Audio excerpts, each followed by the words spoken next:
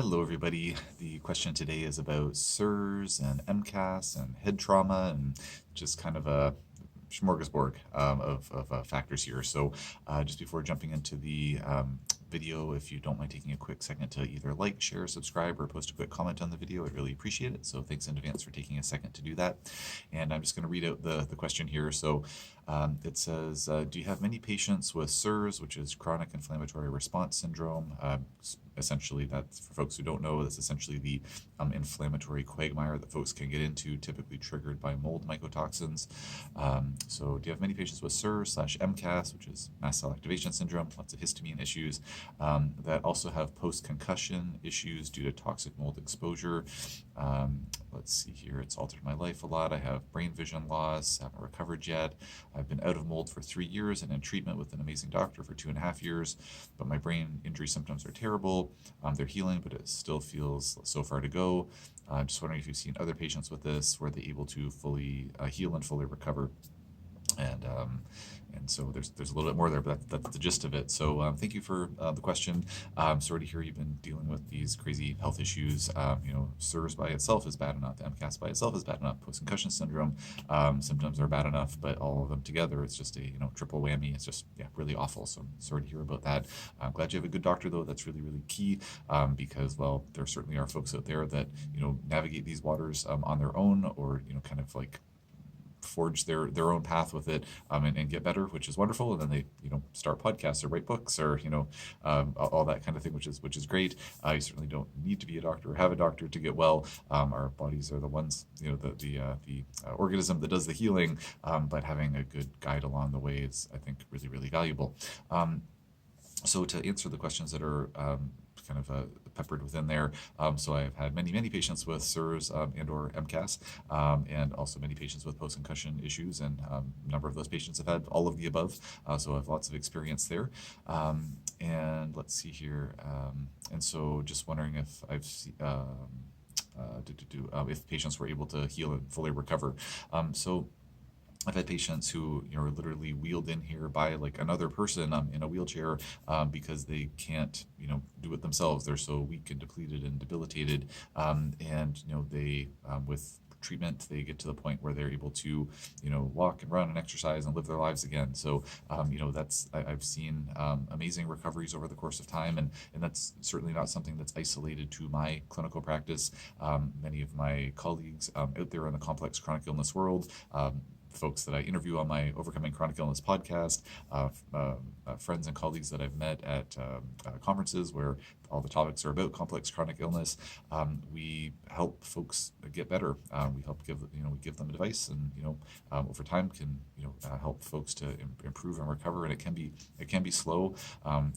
Unfortunately, some of the cases that I've worked with, it's sometimes taken many years to get to the point where they're recovered. And part of those longer recovery processes are sometimes due to financial constraints along the way, sometimes due to other lifestyle factors that come along. Like I've had some patients where they were dealing with mold toxicity and maybe some chronic infections, and then they get a concussion along the way in a car accident or fell or whatever it was, and just adds more complexity to the mix. In some of those cases are my sort of wonderful dedicated patients who have been working with me for years and years, and as I'm learning more things all the time, it's like we figured out things along the way that were missing pieces of the puzzle, and so thankfully nowadays I know a heck of a lot more than I did. I've been practicing for 14 years. I've been working with folks with complex chronic illness for about 12 of those 14 years, and thankfully I know a heck of a lot more now than I did 12 years ago. But I've had some patients where we started working together, and then it wasn't until maybe there was improvement, but then they hit a plateau, and maybe it was like 2-3 years later it's like, oh, I learned about this other thing, and then that was the missing piece of the puzzle for them, and maybe several a bunch of other patients that had plateaued otherwise. So it's a work in progress. It's very much tied to your doctor or healthcare practitioner's knowledge base, financial resources, willingness to do the various treatments and whatnot in question. So it can take a while, but some patients get better a lot faster. It doesn't have to be a multi-year process. It just really, but for some folks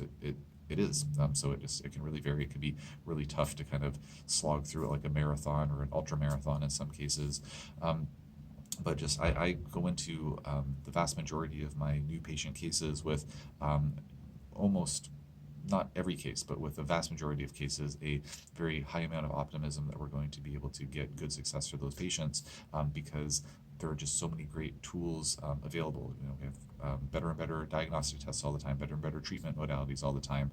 And those of us who are steeped in this complex chronic illness world, really to bring our patients acceptable results, we have to be very, very diverse in our thinking, in our very multimodal with our approaches. If there's a doc out there who's like, I just treat mold, it's like, there's going to be a bunch of patients you're not going to get all the way better, because a lot of your patients with mold are going to have MCAS issues and chronic infections and heavy metals and various things like that.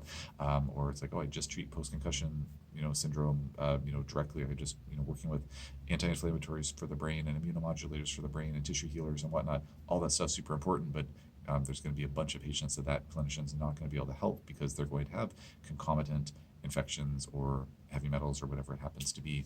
So fortunately, at the conferences nowadays, like just I'm signed up for one, and that's coming up in November. I'm really excited about it. There's another one coming up in the spring of next year, which I'm planning to attend as well, the Forum for Integrative Medicine. And like just every conference put out by these put on by these organizations that focus on complex chronic illness, like every single one is just so again, so diverse in terms of the different topics that are being discussed, that it just really speaks to the fact that clinicians who are steeped in this field are trying to cast the broadest net possible to help their patients. So sounds like you're working with a great doctor, and that's, again, so important. And yeah, there's I don't know your case. Obviously, I can't give any medical advice over social media. Don't know your case, beyond what was in your message. But a majority of patients, in my experience, a vast majority of patients, as a rule, have a significant propensity to heal, a significant cause for optimism. Now, there are some cases where I say, like, vast majority. It's like, what about the ones that don't fit into that? What are the sort of screening variables that might be an indication they can't get all the way better, and some, or have like dramatic improvement in their health. And those would be cases where if a person's had just notable degeneration of their brains, like a person has like notable brain atrophy.